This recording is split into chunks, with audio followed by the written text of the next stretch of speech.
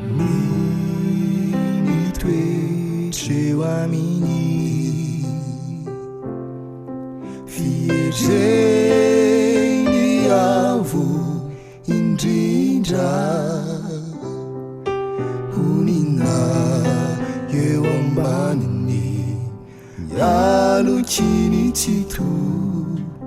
mandraky izay no safidiko Jehovah no andramanitro izay tokiako fiarofana sy fiarovana hoa izy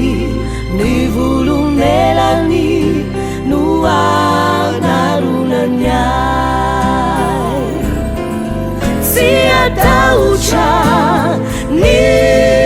loza aho nafandrindrarana mandripaka eo an-tananao no itony aho mba tsy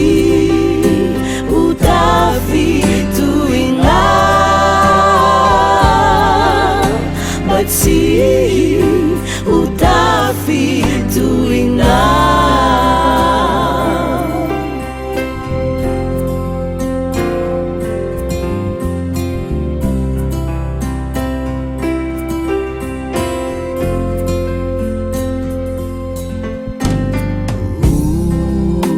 Jehovah tamikikyo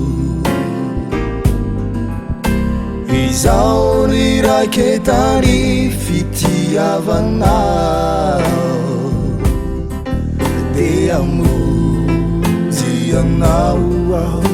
ka ovokisako fa ela velona ihany